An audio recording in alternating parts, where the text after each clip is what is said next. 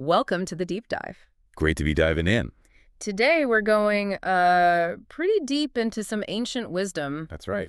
We're pulling insights directly from a specific teaching, one attributed to the Buddha. And our sources are key excerpts from, the Pali texts and their traditional translations. We're focusing on a story often called the story of the visiting monks. Āgantukabhikkhuvatthu, I believe? That's the one, yes. So our mission today, it's pretty simple, but I think quite powerful. Mm-hmm. We want to unpack this text, really understand its core message about letting go of, dark qualities and cultivating bright ones. And figuring out why it mattered back then. And maybe why it's exactly what you, our listeners, might need to hear today. Exactly. We're looking at what the actual texts say about this specific discourse. A direct line, sort of. Yeah, a direct line to how these ideas were presented and understood, within that tradition. Okay, let's get into it. The sources, they paint a picture right away. They do. The setting, the famous Jetavana monastery. A classic location. And this specific event, it happened when 500 monks showed up. Right, after finishing their rainy season retreat. Yeah. They traveled from the Kosala region. So they arrive, pay their respects, sit down. Mm-hmm. Pretty standard procedure. Mm-hmm. And then the texts tell us the Buddha sort of observed them. Observe their state of mind. Yeah, it sensed where they were on their path, you could say. And based on that, he delivered a teaching, a Dhammadasana. So not just a generic talk, it was tailored. Exactly. Tailored to them. And the core of that teaching, it's captured in these verses, these gata. Yes. And it starts with this really powerful call to action. Kata dhammai vipahaya. Which translates as? Having abandoned dark qualities. And this is where the sources get really practical really quickly. Okay. When it says dark qualities, kata dhamma, what does it mean? What does it mean? Well, it means unwholesome states, negative actions. The text specifically points to misconduct of the body, karigarita, and, other similar harmful actions. So it's not just some vague idea of darkness. Not at all. Mm-hmm. It's about the unskillful things we actually do, our behavior. Right. So the teaching immediately grounds itself in our actions, our conduct. Mm-hmm. Recognizing those patterns and then letting them go. And the contrast comes straight away. Sukhabhavetapatu. The wise person should develop bright qualities, Mm-hmm. the other side of the coin. So what are these bright qualities? Sukhatama? They're the wholesome ones. Good conduct of the body, kaya sukharita, and other virtuous actions, positive mental states. And the patito, the wise person. Actively cultivates these. They develop them. And the sources really emphasize this. This isn't like a one-off thing. Right. It's a process, a journey, starting from the initial letting go, the renunciation. All the way up to? All the way up to the highest realization, the path of arahantship. Okay, so that first big insight from the text seems pretty clear. Consciously ditch the harmful stuff, actively grow the helpful stuff. Makes sense. It does. Then the teaching seems to shift perspective a bit. It talks about movement, transition. Yes, with oka anukamagama. Which translates as having come from home to the homeless state. Yeah. What are these home and homeless states the source is getting at here? Is it literal? Well, it's metaphorical mostly. The source uses oka, home, to mean attachment. Attachment, like our comfort zone. Exactly. Our mental abode, alayo, where we usually hang out mentally, clinging to things. Okay. So home is attachment, then homeless, anoka. That's not attachment. And layo. And crucially, the source explicitly links this state, this homelessness, to nibbana, nirvana. Wow. Okay. So the phrase means leaving that state of attachment. Mm-hmm. Leaving the things, the ideas, the feelings we cling to. And moving towards non-attachment, aspiring for nibbana. Precisely.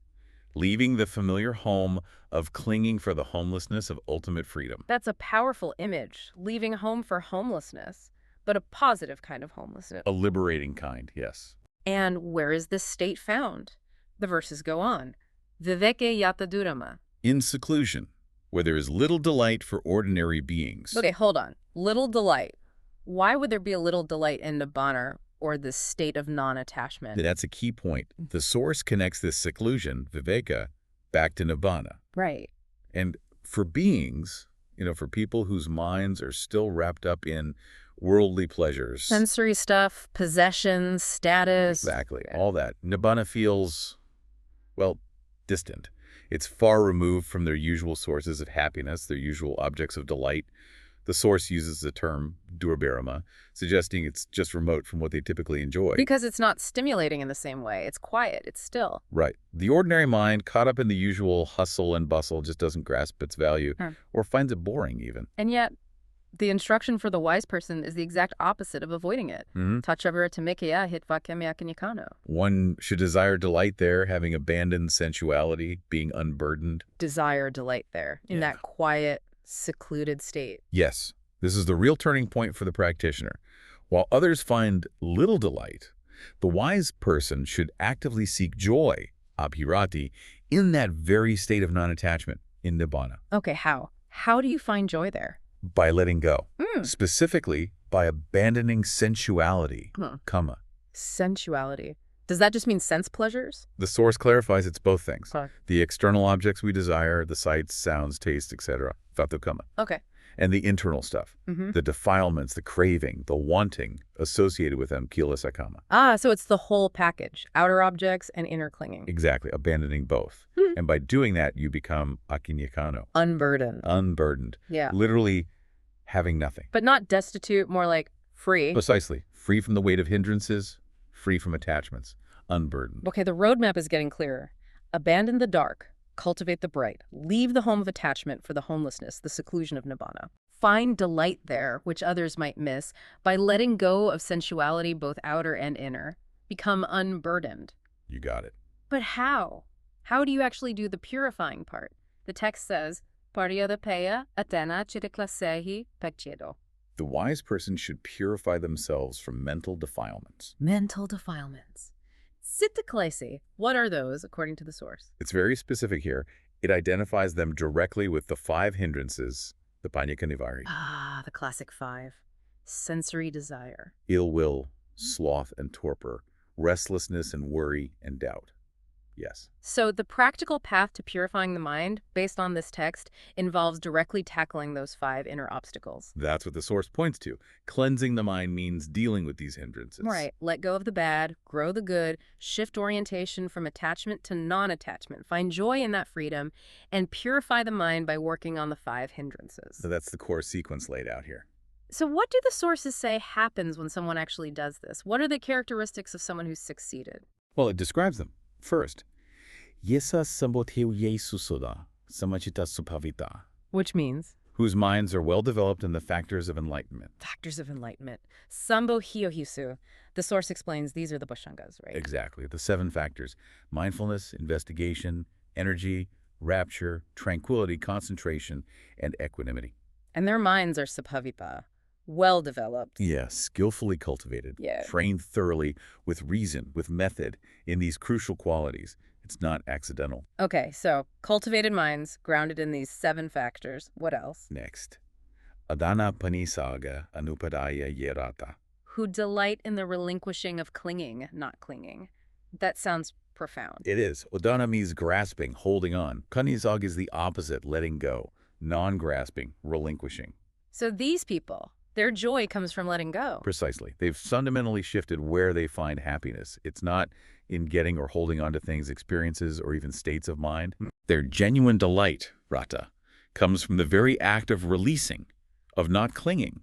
Specifically, the source mentions not clinging via the 4 main types of clinging, kachuhi badani. So happiness found in freedom itself, not in what you possess. You could put it that way, yes. And finally, the ultimate state described, Kiesava jutamanta te loke parinibutati. With defilements destroyed, luminous, they are extinguished in the world. Quite a statement. Let's break that down. Defilements destroyed. Kiesava, that's the goal, right? Liberation. That's the hallmark of it, yes. The deep roots of suffering are gone. Luminous jutimanto. What does that mean? Glowing.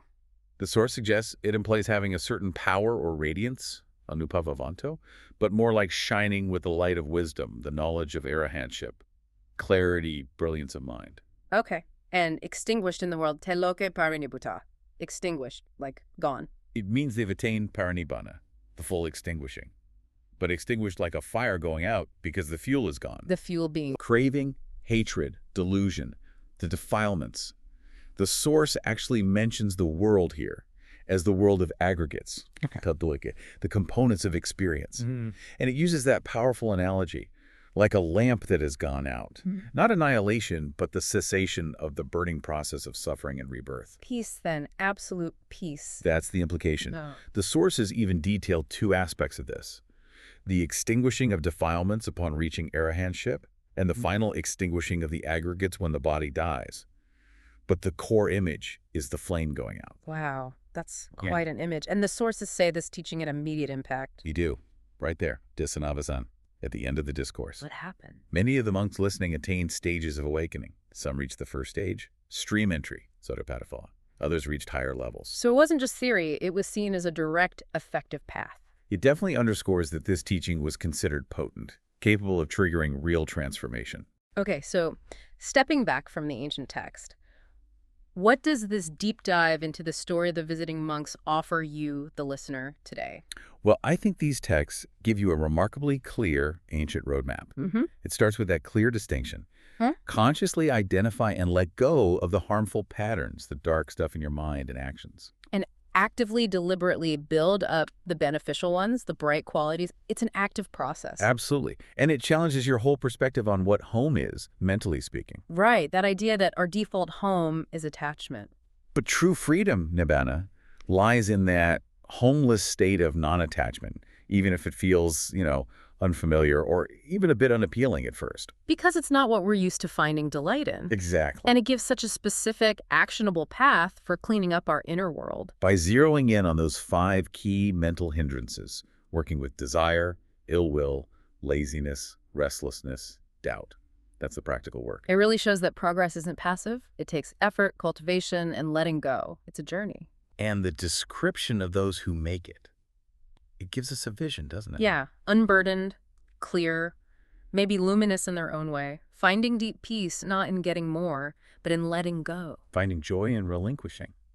So pulling it all together from these sources, this deep dive really leaves us with a potent challenge, I think. Mm-hmm. Abandon the dark, cultivate the bright, make that shift from the home of attachment to the homelessness of nibbana, purify your mind of its hindrances. And maybe reflect on that description of the realized person.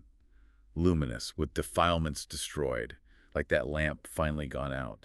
What could that mean for you in your life? What would it feel like to extinguish the burning of your own struggles, to shine with that kind of inner clarity, to be truly unburdened? Yeah, what does that look like for you? And maybe consider that final image. Peace achieved not by gaining, but by being the extinguishing of the flame of suffering.